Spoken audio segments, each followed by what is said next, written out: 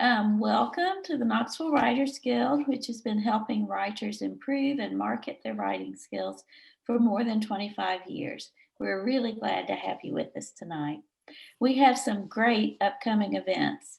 On Saturday, February 27th, Daniel Wallace of UT will lead a workshop on character versus story, a simple approach to planning chapter 1 of your next novel. In March, our program on the first Thursday will be Lisa Allen Agostini from Trinidad about writing funny. I don't know about you, but I think writing humor is the hardest thing of all. And on March 20th, David Dykes from Mexico, so these are advantages of Zoom, will lead a workshop that explores fantasy writing. And you can sign up on the website, knoxvillewritersguild.org. Speaking of which, if you're having any trouble using the website, logging on, renewing your membership, signing up for events, contact Keifel via the Contact Us link on the website, or message us on Facebook, or send me or somebody an email, wave a flag so we can get you going again. Keifel's increased security for the website, which is a great thing, but there may be some transition wrinkles. Okay, and now Vice President Stuart Harris wrangled our great speaker for the evening, so I'll turn it over to Stuart. Thank you, Cindy, and it was a great challenge wrangling Michael Jordan, who's a buddy of mine from over at Blount Mansion. He is also the author of 3 books about the history of Savannah, Georgia, and producer of more than 30 documentary films on the same subject. He's penned numerous magazine articles in several regional magazines. He moved to Knoxville in the summer of 2014 when his wife, Krista, a political science professor, accepted a position at the Howard Baker Center for Public Policy at UT. I don't know if you've seen that. It's a beautiful building on Cumberland Avenue. Michael has a bachelor's degree in history from Carson Newman University and a master's in the same subject from Armstrong State University in Savannah. He began his professional life with a decade on camera in local television news, starting in the Tri-Cities of Tennessee, followed by a stint in Macon, Georgia, before working his way up to be the main evening co-anchor on the NBC affiliate in Savannah, Georgia. He fell in love with the beguiling coastal city, sticking around after his news career ended to work for several years as the public relations director at a nonprofit which operated local history museums. Starting in 2009, Michael operated as a one-man video production house, working as an embedded war correspondent. Get that, a war correspondent with local troops in war zones and aboard ships around the world, as he simultaneously began producing a slew of museum orientation films and local history documentaries. Michael returned to his first true love, writing about history, with the publication of his first book, Savannah Square by Square, in 2015, followed by Hidden History of Civil War Savannah in 2017, and a guidebook to the Isaiah Davenport House Museum in 2019. After his historical sleuthing solved the century-old mystery about who salvaged a sunken Civil War ironclad in Savannah after the war, Michael was invited to contribute a chapter last year to the official government report on the raising of the vessel. Currently, Michael works full-time as the Director of Marketing and Development at the circa 1792 Blount Mansion National Landmark, home to U.S. Constitution Center William Blount and the birthplace of Tennessee. Tonight, Michael will discuss finding and using historical sources, the importance of images in graphic design and history books, his experiences finding and negotiating with publishers, and how to avoid a few common pitfalls when writing about history. So take it away, Michael Jordan. Thank you, Stuart. You sound a little hoarse from all of your constant television and newspaper appearances talking about the Blount impeachment this past couple of weeks. It was rather a strange day. I spent much of the day talking to people at NBC News about William Blount and the impeachment of Donald Trump. But that's neither here nor there. Let's talk about you and Savannah. Well, I am so excited to be here. I have attended one of your Writers Guild events. It was when Jack Neely talked about Knoxville on the silver screen at Central Methodist Church. I think it was about 2 years ago. And I was just so excited to see so many people turn out to learn about their town and learn about writing. And my hat is off to all of you for taking the time to join a group to talk to other people about writing. I've always wanted to, and I've never had time. So I think the coolest thing about this for me is that I'm going to come out of tonight as a member of the guild. So you'll be seeing me more. And it's nice to see some familiar faces too. So I'm not going to do a workshop because I don't think that way. I'm going to tell you some stories, and I think that as we go through, the things that I would advise you to do and not to do based on my experience will kind of be obvious. Oops, and look at that, we've already at the end of the presentation tonight. Let me start at the beginning of the slideshow here. So we'll call this tips for good writing about history.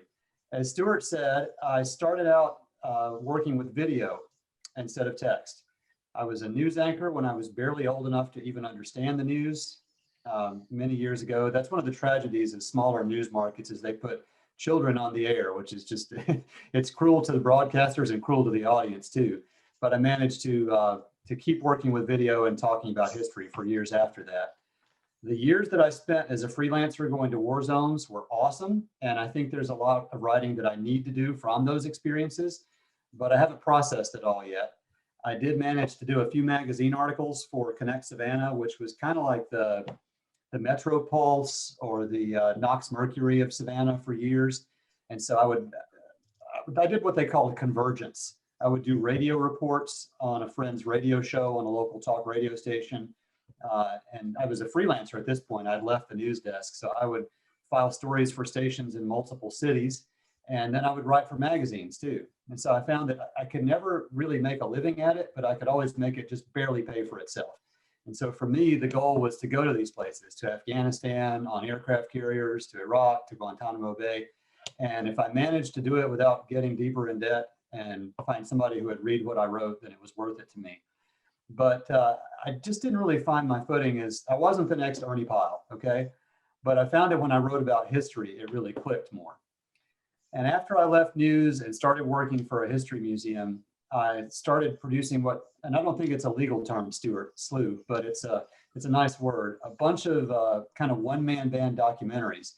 And the cool thing about Savannah was that it was a small enough city that you could know everybody. I mean, the whole population of the metro area, let's say the county of Savannah and its surrounding county was a couple 100,000 people. You could know your congressman, you could know the mayor, you could know all the local news anchors.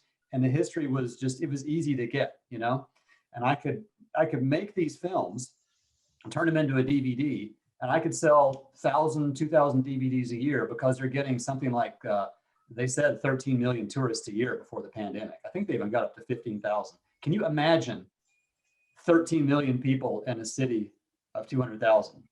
So it was tough to live there in some ways, but it created an audience to buy the books and the DVDs about history.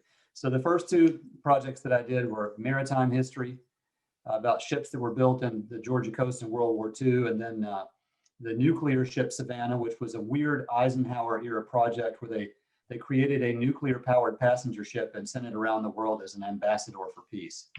So those are my first two projects. And then I realized that if I wanted to pay these things to pay for themselves, I needed to make DVDs that people would actually buy. And I don't know if you remember DVDs, they've gone the way of the 8-track now, but for a while, that was how we would sell our product. So I produced films about Savannah history in general that the average tourist would like. The historic homes, the beautiful graveyards, and the squares of downtown. And that really started to take off. And then I did a really big project that was, I think it was about an hour and a half long. This was in 2012, excuse me. And I cast 20 or 30 of my friends who were doppelgangers of historic people and had them voice scripts. And it was a major project. And I thought, you know what, I can finally write my first book and this is going to be it. And so I pitched it to the History Press, which is now part of Arcadia. Are y'all familiar with Arcadia? I can see your heads, no. So when you go to, you know you're going to find these in Union Avenue books, but you're also going to find them in like a CVS or a Walgreens. In any given town, there's going to be a spindle of like 4-sided spindle of local history books. And most of them are going to be the Images of America series, which is just postcards with captions. So It gives local history buffs and local historians a chance to get published in their town. And all you really have to do is put a bunch of pictures together and put captions with it. History Press was swallowed by Arcadia. Excuse me, I got that back. Yeah, that's right. Arcadia swallowed History Press. History Press puts out actual books with chapters in them. And so this was going to be my first book, and I was so excited when I negotiated this contract on April 23rd, April 23rd, 2014. And it kind of went downhill from there, and I'll tell you why. Within months of signing the contract, and I'd been in Savannah for, I think, 16 years at this point. I had been a news anchor, I had been a museum PR guy, I had produced the orientation film for every museum in my town, and I felt like I was plugged into everything. I was speaking to Rotary clubs, you know, I had found my footing. And then my wife got her dream job at the Howard Baker Center. So Green Acres, here we come. I packed up my saltwater kayaks, which are now river kayaks, and we moved to Knoxville and moved to an old house in the Island Home neighborhood. And this kind of made it harder for me to do my work. But what I have found, and I want to explain this in some subsequent slides, was that being away from my subject forced me to think about it and understand it in a way that was essential to write about it well, because I had to transition from film to book. And it all happened because of one of my best friends, Mick McCay, who is a graphic designer in Savannah. And he designed all these beautiful DVD covers. This is Mick's work. And he is also my son's godfather, in full disclosure. There he is. I've roped him into work in Knoxville. He's doing a drawing of Blount Mansion in the picture that you see here. But Mick said, Michael, I really think you're wasting your life with videos. He said, you're breaking your body, you're wearing yourself out producing one-man band films that are seen by a few thousand people in a small town in the South. If you can write, you'll be unfettered. You can tell stories without having to worry about finding a shot every 4 seconds and without signing rights to interviews. And I mean, understand, you could pay up to $1,000, $2,000, or $3,000 just for some of the images that you need for a video. The same images would cost you $100 for your book. So it just wasn't going anywhere, and it was even more difficult because we'd moved. So he said, why don't you take the Savannah Square by Square film, which was a look at all the beautiful historic squares in downtown Savannah, and let's turn it into a coffee table book. He said, all I want you to do is write a couple of pages on every square and write about each historic building or attraction on that square. What used to be there, who it's named for, what are the statues in it. It'll be easy for you. And I thought, great. And we moved to Knoxville, and I was finding ways to make this work, and I was starting to work on the project. And bear in mind, I've already got the contract for the Civil War book that's hanging over my head like the sword of Damocles with a deadline on it, right? And I was stressed out. And then, and I also learned this. This is a meme I picked up off Facebook. Have you seen this before? This is what I learned. A film is about as deep as the iceberg that hit the Titanic. It's what you see above the water. But the real work happens when you try to write a book, and you have to really go in depth. Also, what happens on a film goes by, is fleeting and ephemeral. What happens in a book is there for everyone to read forever. And when you get it wrong, people will tell you forever. I would start my work, and this is my holy place. This is the reading room at the Georgia Historical Society in downtown Savannah. It has corollaries, it has analogs here in Knoxville, of course, the wonderful McClung Archives at the East Tennessee Historical Society. But this place, it just reeks of history. You could almost just sit at one of these tables and soak it up without even having to open a file. It's deadly silent. You hear footsteps in the distance and the constant ticking of the grandfather clock. And the huge oil portrait of the founder stares down at you from above.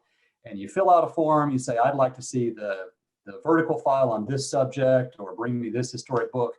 And they go away and they vanish. And then these people will come out, these archivists, usually ladies, and they push a cart to you with squeaky wheels, and they get out an acid-free box and they put on gloves, and you're watched on camera, and you take the gloves and you go through these wonderful old documents, some of them 200 years old. And they're watching you the whole time to make sure you don't walk out with anything. But I found that there were just so many resources there. And the way the story is connected, it was like a spider web. And if you tugged in one place, you found a connection to something else. So what I would do is I would photocopy, pay them, I think it was $0.10 a page, to photocopy all the resources I needed to write back in Knoxville. And I took them back with me. So I had just reams of paper on Savannah and the Civil War, on each of the squares, newspaper clippings from decades past.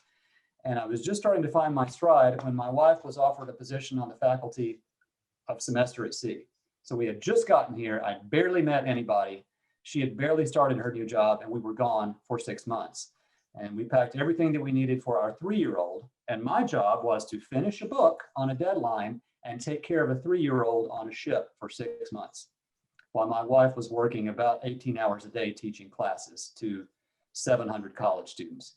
It was the adventure of a lifetime. We sailed 22,500 miles from San Diego to Japan, to China, to Vietnam, Singapore, India, Myanmar, which is very much in the news right now, Mauritius, South Africa, Morocco, England, and France. We were gone for 6 months, and this was where I had to write. And I had barely any time to myself. And when we were ashore, I just wanted to see everything, and I wanted to create more experiences I could write about later. But I had to watch this little guy.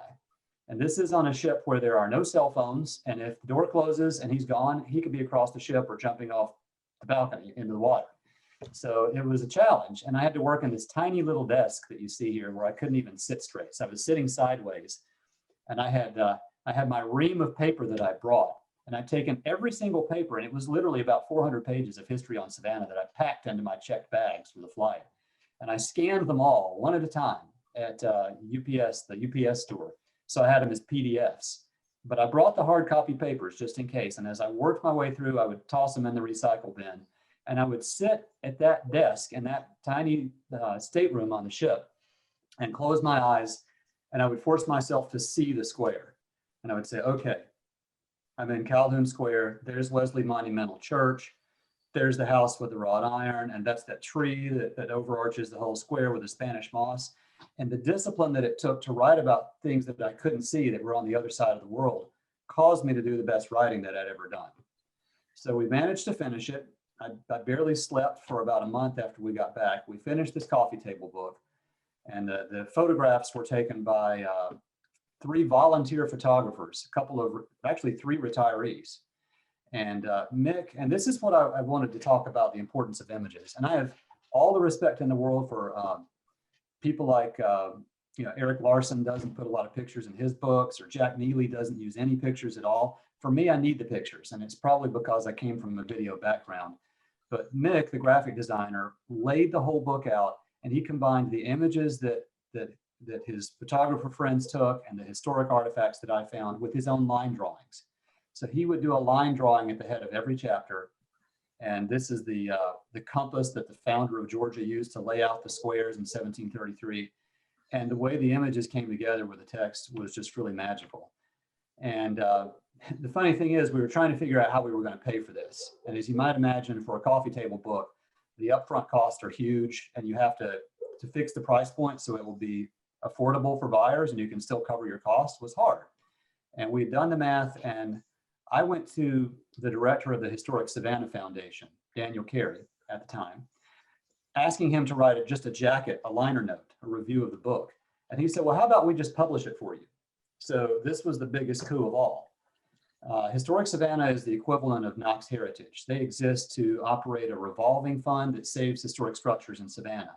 And going all the way back to the 1960s and the creation of the Isaiah Davenport House Museum, they started the preservation movement in Savannah. So suddenly we had somebody to pay the bills, and we had their cachet, and we had the fact, and their connections. And we had the fact that whenever people bought this book, they knew that the money they were spending was going to fund preservation in Savannah. So it was a major coup.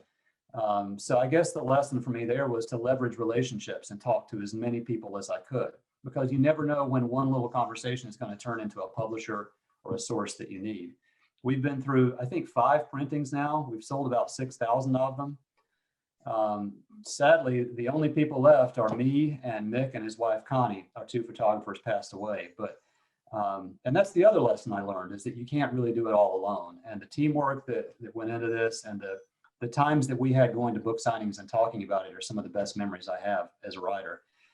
I tried really hard. I really don't understand the appeal of an autographed book, because all the author's soul and blood and guts are on those pages anyway. I don't care if they sign it for me. So we did our first book signing, and I was like, why don't we all sign the correct names, but let's sign each other's names. So the books have the right names on them, but they're signed by different people. But nobody would do it. So I didn't think that was very fun. And here's the other thing. Savannah changes, even though it's a 200-plus-year-old city.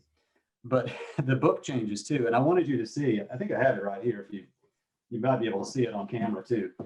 I picked up, this is my only first edition copy of my first book. And there are 76 changes that I marked for the second edition. And the sticky notes have glued themselves to the pages and become part of the book now. But it showed me that you're never really done. And sometimes you just have to stop to meet a deadline. So that was book number 1. And then we came back to Knoxville, and I was already past deadline on the Civil War books. I had to get an extension, which as a former TV news guy, it was gut wrenching for me to ask for an extension.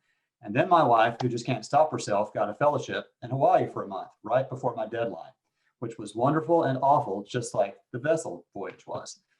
And we had a beautiful condo with a view of Waikiki Beach that was about 500 square feet with one bed, king size, that was 2 regular beds pushed together with a hole in the middle. My mother-in-law, my wife, me, and my now, I think he was 5 at the time. And I'm writing on a deadline. And we had a beater car that we had rented from some individual because we couldn't afford a rental car. So it was wonderful and we had a lot of fun, but I would ride with my wife to her gig at the East-West Center, and I would steal space in the library and the Carrolls to write. And here I am again with the sheaf, the 400 pages Xerox about Savannah and the Civil War, or in the break room. And I had a really testy interchange with somebody from the business office who was like, "Are you on faculty? Why are you here? Are you a student?" I had nowhere else to go. But I managed to go to the beach and have some fun and still get the book finished. And I got back, and this was the result of that. So this is my first, I guess, national publisher book. And it's been moderately successful. It sold about 1,200 copies. It was painful to have been a Civil War history writer when all the statues came down, because I was in a position of trying to placate audiences on both sides of the spectrum. Most people who are really into the Civil War really value the heritage and like the statues. So I had really uncomfortable radio interviews with people back in Savannah. Do you think the statue should come down? Why or why not? And I won't go into that now, but it's not a fun time to be a Civil War writer. But the thing that I'm most proud of about this book cover is the image on the bottom right. This is an engraving of a little known naval battle off Savannah in the Civil War. It was hand watercolored by a history professor at Armstrong State University. And he's a wonderful guy. He now makes his living by purchasing historic books, ripping the pages out, hand watercoloring them, matting and framing them, and selling them downtown. And he's a close personal friend of the guy who wrote the Midnight book, John Barron. And one of the reasons I think that Barron came to Savannah is this individual. But I had to get permission from the brother of the deceased lady who had given me the image and the guy who hand watercolored it. So I had to get double legal permissions to use the image. Now, the thing that made this book easy to write, and this is my first piece of advice to any of you who might want to write a local history book, it is difficult for me to craft a narrative arc for an entire book. So you see, I'm a journalist, I'm a TV guy, I'm used to short bursts of stories. So the beauty of this book is it's a collection of essays, really.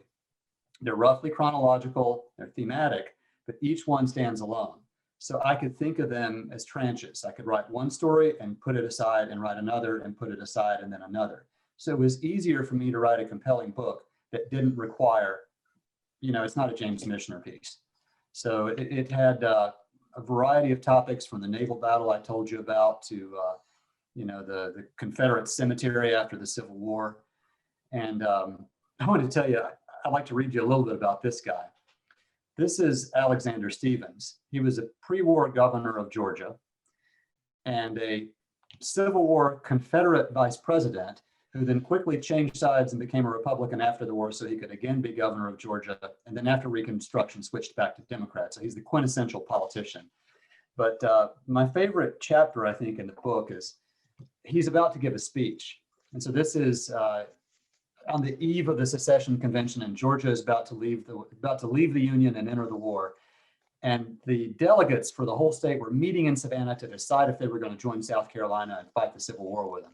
And it's a hot night, and crowds of people are walking around, according to the newspapers, literally demanding a speech. They're gathering en masse outside of hotels where they know the delegates are staying, and banging on the door and shouting for a speech. And Stevens comes out and he's this tiny, shriveled, sickly little man. And I want to read you this quote. He looked like a freak. His head was small, with protruding, slightly oversized ears, a pair of blazing black eyes, wide set on either side of a thin, sharp nose, dominated his ashen countenance. Thin, pale lips turned downward at the corners. His long, bony fingers looked like claws attached to the end of broomstick arms. This is the way Alexander Stevens was described by one of his biographers. And he delivered. Does anybody know what the speech is? Feel free to unmute yourself if you know. Oh, here comes Stuart. He knows. Anybody know? It's known as the cornerstone speech. Yes, the cornerstone speech. And it is the one written document that most gives the lie to the idea that the Confederacy was not wrapped around slavery, or that the Civil War isn't about slavery. He said, you can talk about Thomas Jefferson and the US Constitution. They were wrong.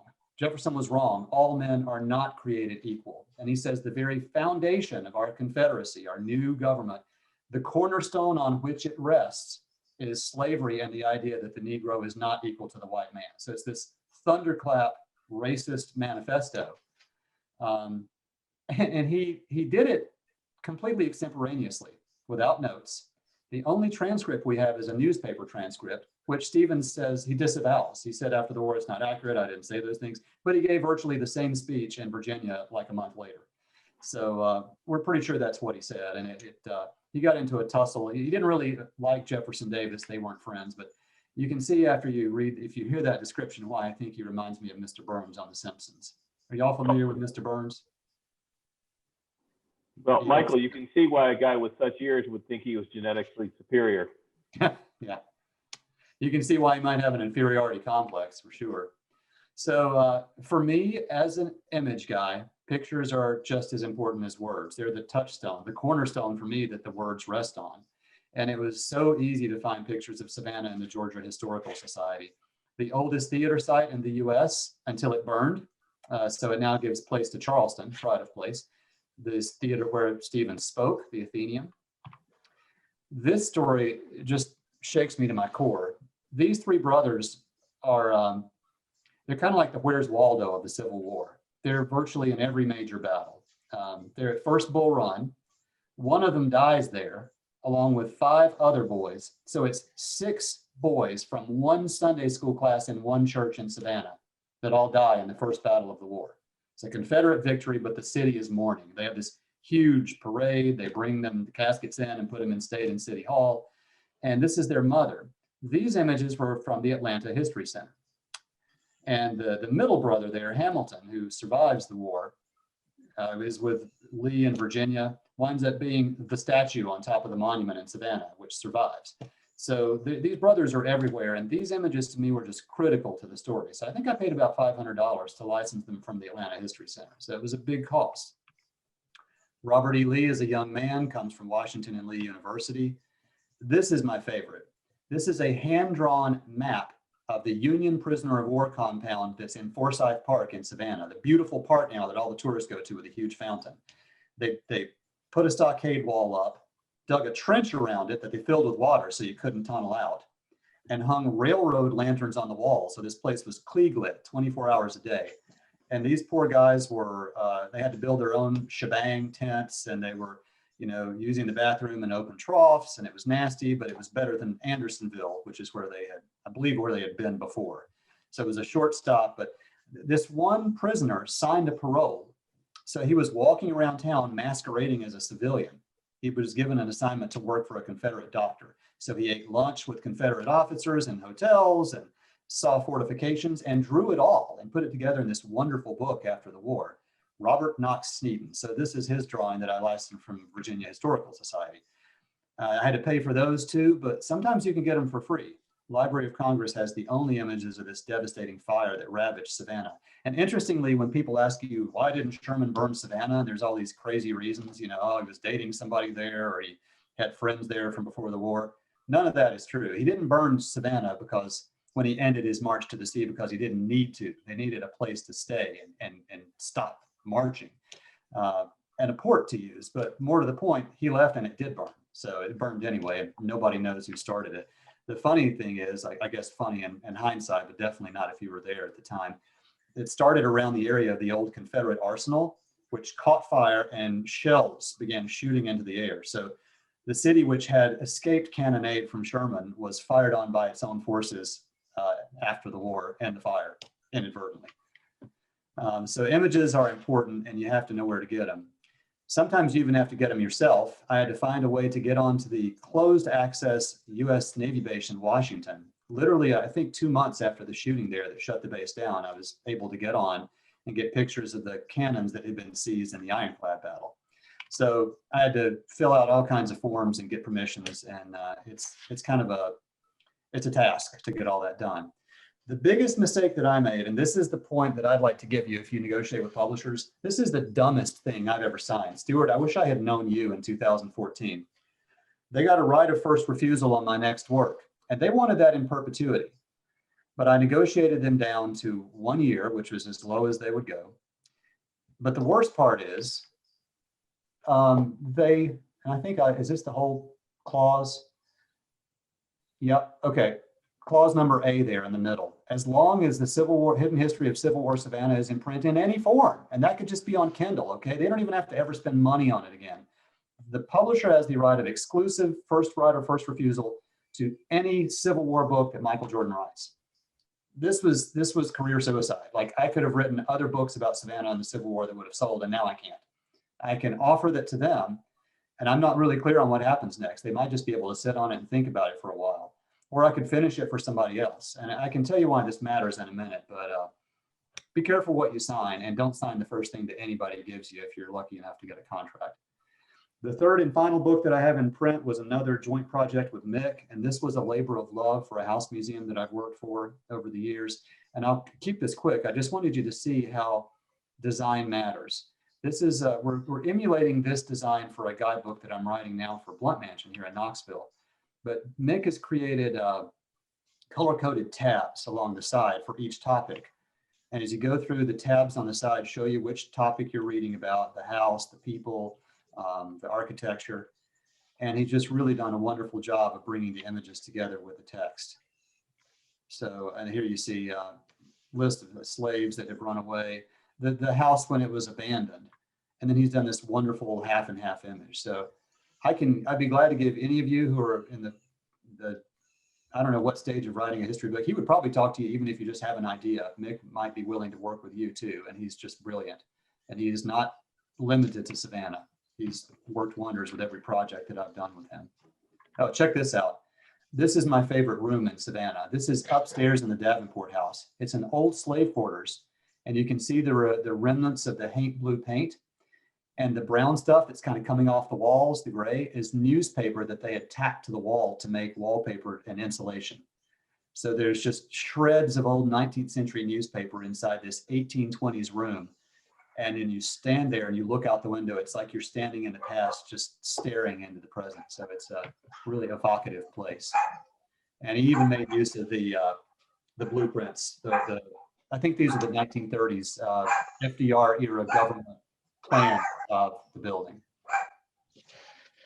So I'd like to talk about finding your story. I think for every writer, there's one story that grabs you and just won't let you go. And for me, that story is the CSS Georgia. Has anybody heard about this ship? Georgia is a weird little ship.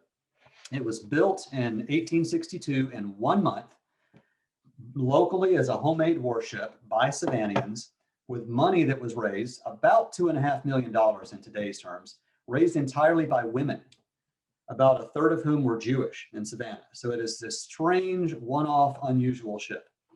And they didn't have iron to armor it with, so they clad it in railroad iron, and it didn't really work. It couldn't push itself in the river, so they just parked it like a floating fort. And I first found out about the Georgia as a news reporter around 2000, and I was able to go with contract archaeological divers as they dove on this wreck because it was in the way of a harbor project. I produced a documentary about it in 2008, which was a wonderful excuse to go on the submarine USS Georgia, compare and contrast these totally similar vessels, which was really just a fun reason to go to sea on a submarine. It was a lot of fun. And they have like a shell, a Civil War shell recovered from the wreck of the Civil War ship in a display case in the nuclear attack submarine. So that was kind of cool. I was able to squeeze a master's thesis out of it in 2006 by writing academically and identifying more of the women than anybody had before. We just had a list and I figured out who they were. And then my dream came true in 2015 when I got hired to be the filmmaker for the actual raising of the ship. Now, this was a $712 million harbor deepening project to get the Savannah River, which wants to be 12 feet deep, down to 46 feet. So they can bring in the super post-Panamax freighters that come in there. It's now the fourth busiest container port in the country, and it's just booming. And the ship was right in the way of what they wanted to do. And the Navy owns the shipwreck because anytime a US Navy or enemy ship sinks in American waters, it belongs to the US Navy. The Corps of Engineers just wanted to plow through this thing, and the Navy said, nope, it's an artifact and you're going to treat it right. So they had to spend about $14 million to raise this ship. And because of the way the Corps of Engineers works, they had to do education for it, so they had to do a documentary. So I was able to be with the divers when they dove and see the stuff come out of the water and put my hands on the cannon, which was a dream come true. But there was a mystery about the ship. Oh, and I should add too, the video that I produced for them, they never did anything with because they hate the ship, right? But I put it on YouTube because it's public record. If your federal government makes it, it belongs to you. So I put it on YouTube and it's gotten 1,300,000 views so far. So the story has been told. But the history mystery about this ship was what happened to it after the war. The crew sank it so that Sherman's troops couldn't turn its guns on them in the last days of the evacuation of Savannah in 1864. And it sort of vanished from the record. It got hit by a couple of boats and it's not really rediscovered and thought about again until 1968. And when they started diving on it, the divers were coming up with stacks of artifacts that had been disarticulated and removed from the ship and stacked up and then thrown back overboard. So it was clear that somebody had salvaged it right after the war and then thrown it back. And nobody could figure out who. We knew that it was probably a guy named Henry Wells, but nobody knew the story. And I wanted to go to the National Archives, but that is just about impossible. So I hired an archivist who worked for a really low hourly rate, who works in the archives every day, a private researcher. And she said, Michael, you're in luck. This never happens. They've lost the microfilm for the books that will tell you about the records of the salvage of the ship in the Treasury Department. These are Treasury Department records. And because they've lost the microfilm, they're going to let me see the actual books. So they brought these books out and she photographed every page for me and all these letter books. And what happened after the war is that the US government was anxious to pay off the war debt. And so anything that could be proven to have been used in the Confederate cause was seized by the Treasury Department to be auctioned to pay off the war debt. So this is why, for instance, you've heard the story about Lincoln, about General Sherman giving Lincoln the city of Savannah as a Christmas present in 1864. That was suggested to him by the Treasury Department agent who rushed in right behind Sherman's troops to start seizing all the Confederate property and auctioning it off.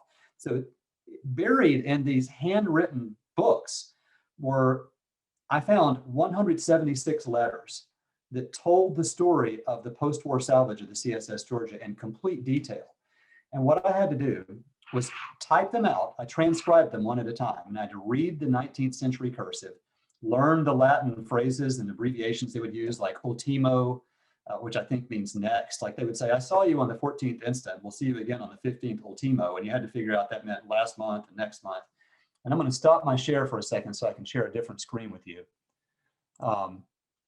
This is what I had to make out of this. And this is where research and being a detective comes into play. Oh, can you re-enable screen sharing?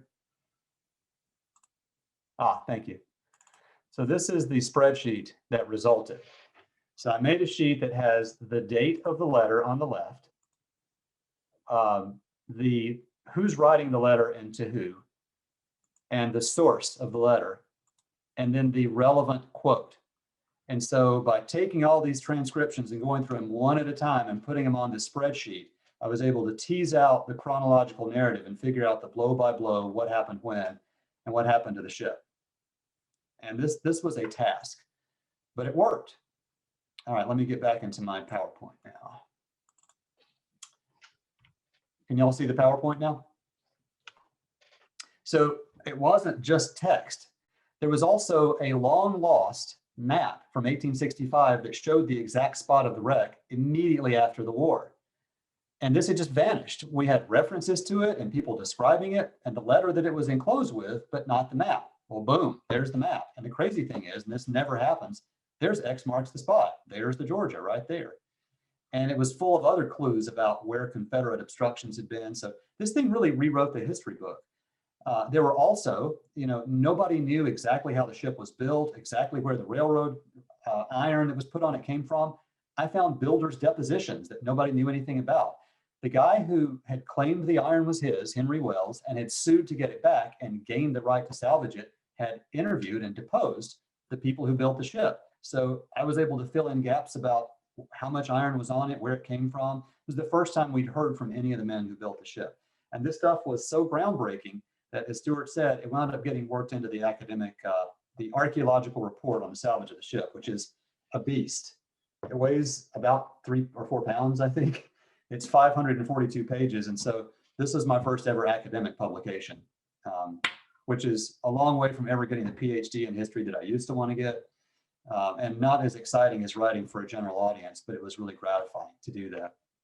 So for me, the Georgia is the story that just keeps on giving. We've got magazine articles and TV news stories, a 2008 documentary, a 2006 master's thesis, the 2015 through 17 documentary on the ship, and the post-war archaeological report chapter. And then I got invited to write a magazine article on it. And this turned out to be the hardest thing. And so I have a friend who finished a 400-page book about Church Street Methodists last year. I don't know if you know Dwight Wade. And he needed to give a speech. And he was having real trouble boiling his 300 or 400-page beautiful book down to 30 or 40 minutes. And I said, write me 1,250 words on it, and you'll know what you need to say. It's kind of like Solomon's choice, figuring out which of your favorite things you're going to take out. But when you can boil your story down to a magazine article, then you know what the essence of it is. So that was a useful exercise. And I'm hoping that the Georgia will give to me yet again. I started another project 4 years ago that I've yet to really pick back up since working at Blount Mansion. But I want to write about these fascinating Navy divers. These Navy divers have been around since the Civil War. And I've uncovered in the archives letters from commanding officers about hard hat divers just like these diving on the CSS Georgia in 1865. So I think it'd be a wonderful, like a here and now, almost a Tom Clancy-esque blow by blow with the technology of the divers. And let me tell you, I don't know if you've seen Full Metal Jacket, but these Navy divers can cuss with artistic abandon, some of the most literate profanity I've ever heard. And they're all fascinating. They're all MacGyvers. They're the kind of guys who can change a ship propeller underwater without docking the ship, can put a barbecue grill together and re-weld a Harley Davidson on the weekend. And they've got the most amazing diver tattoos I've ever seen. These are the same divers who salvaged the space shuttle wrecks. They're the same people who when ships crash, they go in and pull the people out. So, and because nobody ever writes about them, I sat down with them around a conference table at their base in Panama City a couple of years ago. And all I had to do was turn on a recorder and say hello. And they just launched into these stories. Let me tell you about the time I pulled a body out of a shipwreck. Let me tell you about this. And they were just decompressing for me into an audio recorder. So I think that might be the next big thing for me. But I'm doing something right now that you can do here in Knoxville yourself. If you live in an old house, I thought this would just be a vanity project, but it's turned into an actual history story. So this is the old, I think it's about 90 years old. Actually, I could do the math because I found out just the other day, 1929. So I don't know what month it was built. We're talking about a 92-year-old house. I went to the deed room, which is a wonderful place. It's in the tip top of the Knox County City County building. And they got these huge books of old deeds that are really fun to flip through. And you can have lunch in the City County Cafe downstairs, which is a lot of fun too.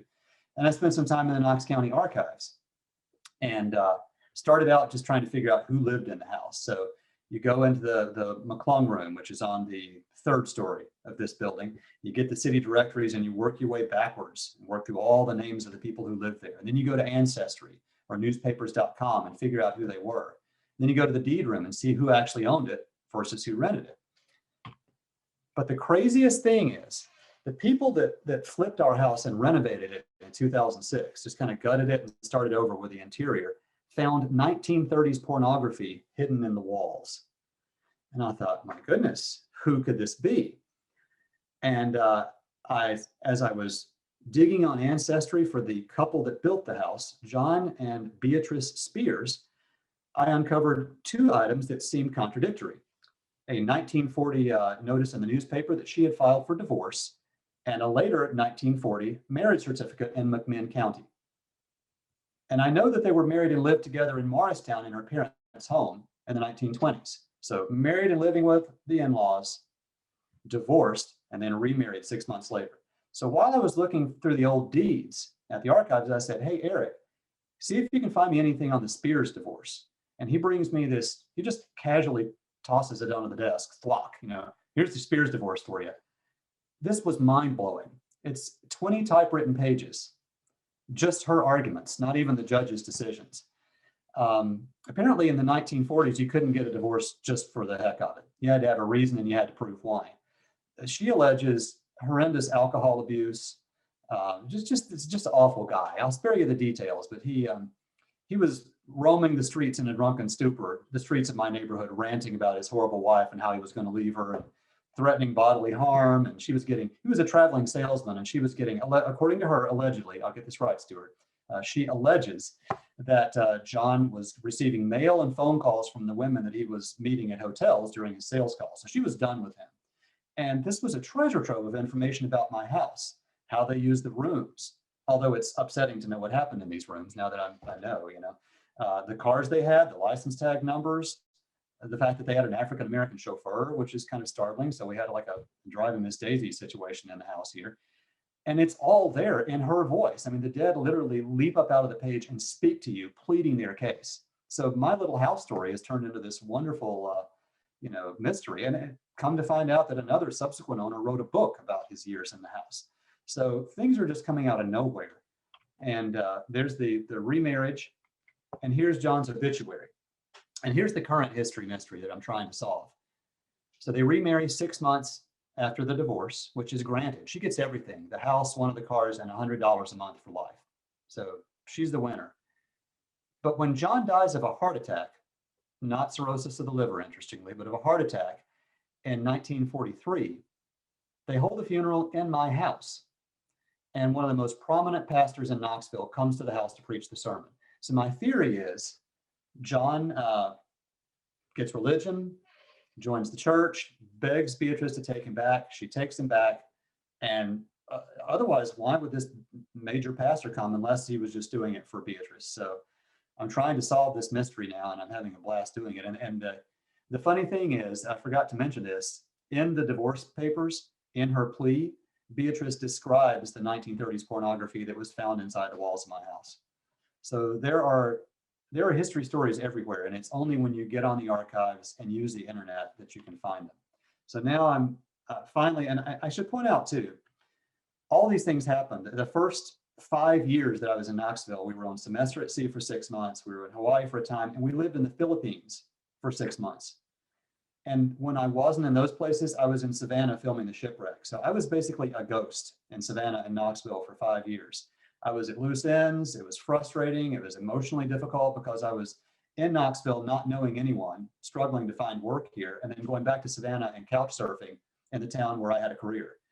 And it took until 2018 when I found work at Blunt Mansion to really start to get roots in Knoxville. And now I'm just as in love with Knoxville history and the stories of William Blunt and all the things that happened in the early days of Tennessee as I was with Savannah history. And I think it was about 3 weeks before the pandemic, I got to give my first ever book talk in Knoxville with Jack Neely at Union Avenue Books. And we called it A Tale of Two Markets. And he talked about the market house in Knoxville, and I talked about Savannah City Market. And that was just extremely gratifying.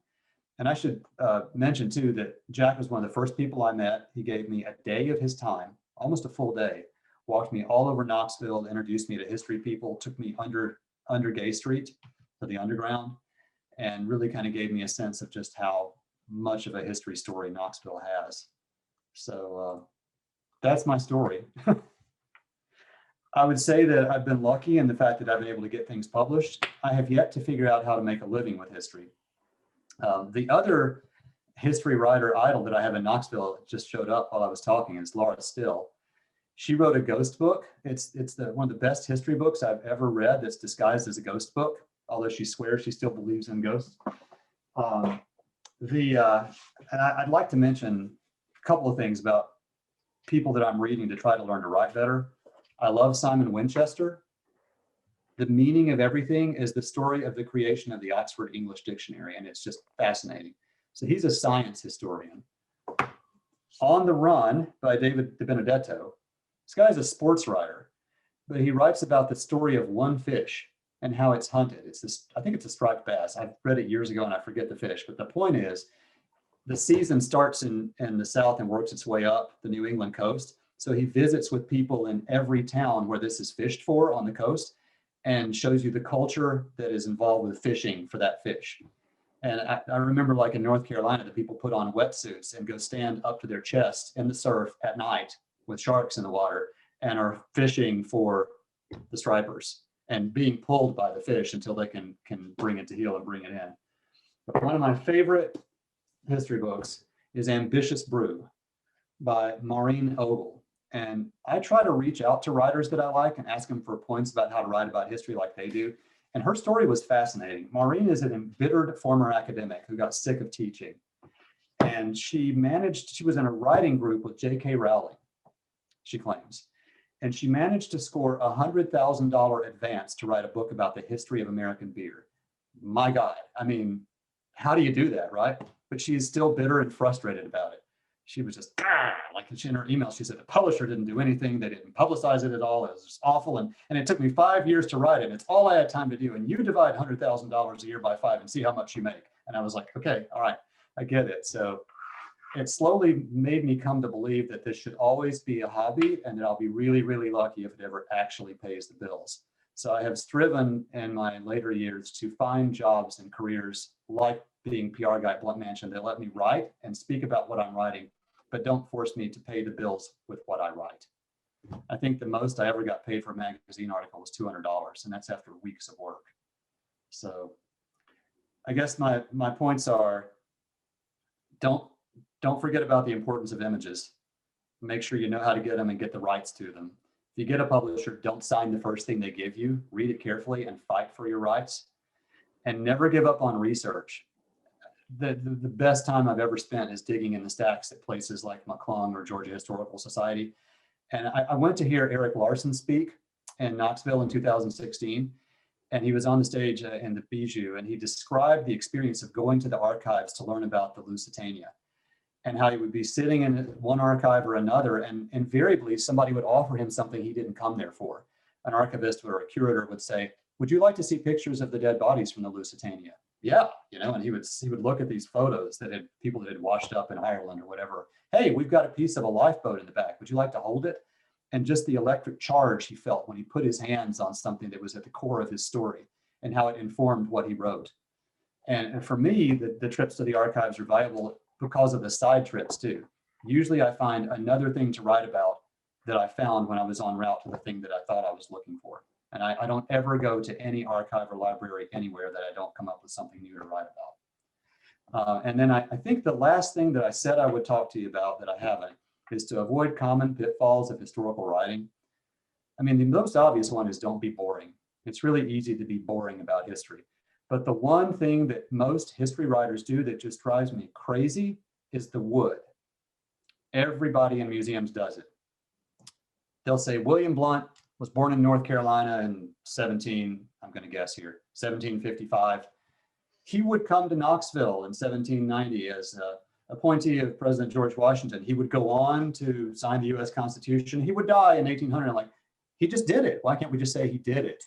Let's not say he would do it. And it's like a cancer that just infects history writing. The one thing that I have yet to learn to do, I feel like I've gotten really good at describing scenes.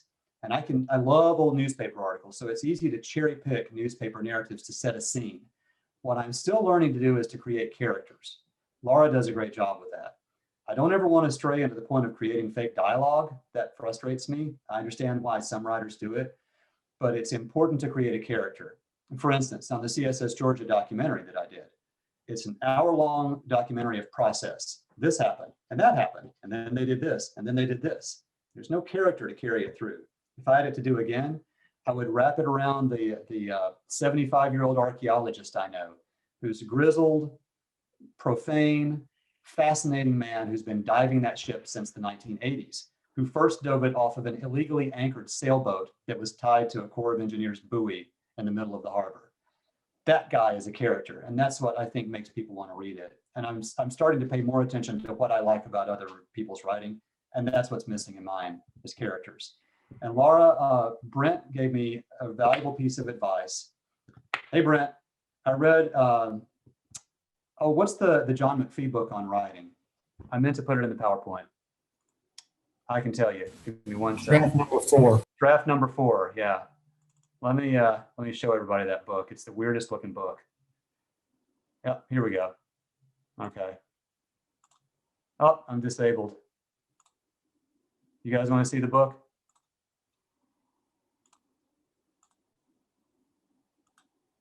Okay. Sorry, I keep doing this to you.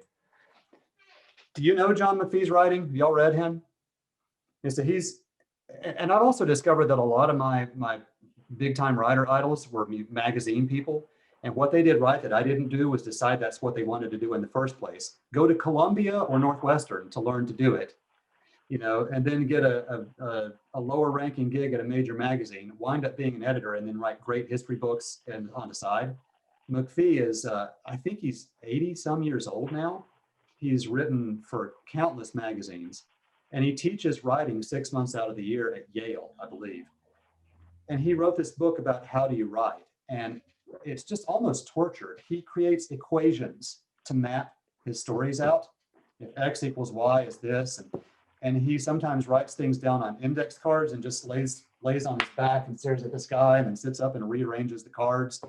He wrote a whole story once where the point was it needed to begin and end with a bear, 2 different bears. And it wasn't chronological, but for him, that was the structure. So he sees stories in his mind as equations, almost like Einstein sees math. I don't do that. I'm still married to quotes and pictures and chronology, but I'm trying to write characters like he does. So that's my story. Thank you very much, Michael. Did I go too long? I think I went exactly 1 hour. I think you did. John McPhee teaches at Princeton, where I was stupid enough never to take his class. Really? Yep, absolutely. So I had cool. no idea who he was, and I never got into his class. It was a great opportunity missed. I was going to ask you why you write history when, if you write fiction, you can just make shit up. Yeah. And then you answered my question by telling me about the 1930s porn that you found in your house. Okay, that answers the question. Okay. You can't make shit up. That justifies all the research you do. But it's scary to write fiction. The kind of fiction I would want to write, like if I'm going to write fiction about U.S. Navy divers, I've got to put you inside that dive helmet, and I've got to understand everything about the mixed gas in your body and how gas under pressure behaves in your bloodstream and what the bends feel like. That just scares me to death. I'd have to read technical manuals and turn those into narration. I'd love to do that, but it's easier to write about things that I can prove happen and put a footnote with, you know, than to stick my neck out and write something that a diver might read and say, what the hell are you talking about? You know, and it would totally destroy my credibility. So I have a lot more respect really for fiction writers than nonfiction writers like me. Your problem, Michael, is that you're based in reality. We can't have that. Yeah. I will ask the first question and then invite others to join us, but you have made a oblique reference to Midnight in the Garden of Good and Evil. Tell us your impression. Tell us your impression of that book, if you would, please. I love that book. I mean, it's magical. I was living in Macon, Georgia, and working as a TV news anchor at the Fox affiliate. I mean, nights and weekends for like $18,000 a year. And I finally had enough and I quit. And I moved to Savannah so that I could drive a trolley and give history tours and get a master's in history. And I accidentally stumbled back into TV news there. And that was my guidebook to Savannah when I first got there. You know, just the way he captures the way it feels, how there's something different about the way the air feels. The humidity just kind of squeezes your body, and it's just draped in Spanish moss. And the people are always slightly drunk, you know. And I met a lot of those people in the book, and there were a lot of Savannahans who resented it because it's not the whole story. There are totaling Savannians. There are Savannians who don't cross-dress and go to parties, who are deeply offended by it, but it was all really kind of true. I mean, it's interesting that I would never have the balls to write stuff like that about real people and expose them like he did. I feel guilty for telling you about John Spears' 1930s pornography. So I don't think I could ever write something that titillating. But the other interesting thing to know is that John Berendt didn't write another book for like 15 years, and the next one bombed. His strategy was to not even put it in paperback for 2 or 3 years, so it would remain a New York Times bestseller, because that was the only way you could buy it, was hardback. But Yeah, I'm looking forward to seeing those 1940s, 30s porn pictures in your next picture book. Does anybody else have any questions for Michael? I was just going to follow up on the Midnight in the Garden of Good and Evil. I was living in Columbia, South Carolina when that book came out. And it was really interesting, but Lady Chablis, one of the main characters, she came to Columbia after she wrote her book called Hiding My Candy. And I went to see her at 2 different bookstores, and one day she came dressed up as a little church lady with a pill hat box and a lemon colored outfit with a little bag. And then she went to the bookstore that was a little bit more open-minded, shall we say. And she came with her long flowing black hair and a halter top black dress and a big limousine. It was so interesting to see the two, and she was a very sweet, person. And when she was dressed as the, church lady, all these little blue-haired ladies just loved on her. I don't think that they really knew who she was. But it was great. It was really interesting. I've loved Savannah. I used to go to Tybee Island, and they've got that huge fort there on Tybee Island with the 25,000 bricks built, arched, and everything. Yes. And Civil War. I wondered if you were making reference to Yes. that. You can read about that in Hidden History of Civil War Savannah. Yes. But obliquely, I didn't write about the battle very much. I wrote about Robert E. Lee building that fort as a young Army officer. Yeah. Up to his armpits in mud and sand fleas. It's amazing to look at it, to think when it was built. Yeah. And there were probably about 8 or 9 chapters that didn't make it into the book, and one was about the Confederate prisoners that were there. Yeah. They were starved and put in the line of fire to reciprocate for Union prisoners that were being. I'm sorry, I've got that backwards. Forgive me. The Union took the fort. They locked up Confederates in it because they were mad about how Union prisoners were locked up in Charleston, in the line of fire. But it also had some bearing in the Revolutionary War too. I'm not sure. I know that Charles Wesley landed there to begin his American mission. Yeah. On Tybee Island, at the side of the fort. Yeah. Michael, it's Bob Beasley. I was going to share this little story. In the late 80s, I was living in New Bern, North Carolina. And there were what we called then 2 old maid women, sisters who lived together. And I think they had been teachers, but they had made rather a lucrative little life, probably a little bit before and during retirement, publishing local history books. And the way they would do it is they nothing as fancy as what you've done, but they would go get local merchants or companies or something to underwrite the book. And it would actually have the books would have ads in the in the front and the back. And then they would sell them, I think mostly through the tourist trade, but around town. And that was before we knew what self-publishing was. And they had done that for years and years there. A lot of my friends in Savannah will say, hey, are you going to write books and make films about Knoxville history now? And I was like, hell no, Jack Neely's already written them all. And there are not 13 million tourists to buy them. So Savannah has got a really overblown case of city self-love. You can go into the little local bookstore there, the equivalent of Union Avenue books, but not as cool as Union Avenue. And they've got like a whole wing of just Savannah books. It's just obscene the amount of things that Savannians have written about Savannah. And I thought that Mick was out of his mind when he said we could sell a coffee table book, because I think there are like 8, but there wasn't one about the squares, and they were all $40 books. And we did one on the squares that was pretty for $30, and we can't stop selling them. So it's been fun. We're about to have to become our own publisher. The nonprofit that published it changed directors, and they have changed everything so that they're making their bookstore be the distributor to other bookstores, and they want cash on demand, which rules out Barnes and Noble and all the other big places that we're buying. So we're about to have to rent a storage unit and come up with the cash we need to buy back the inventory of books from the publisher and become the distributor. And this is me in Knoxville and a 76-year-old retiree in Savannah that are doing all this. So in the end, you never really win. It's always a Sisyphean struggle, no matter whether you get it out there, you know? Yeah, that absolutely sounds like it, Michael.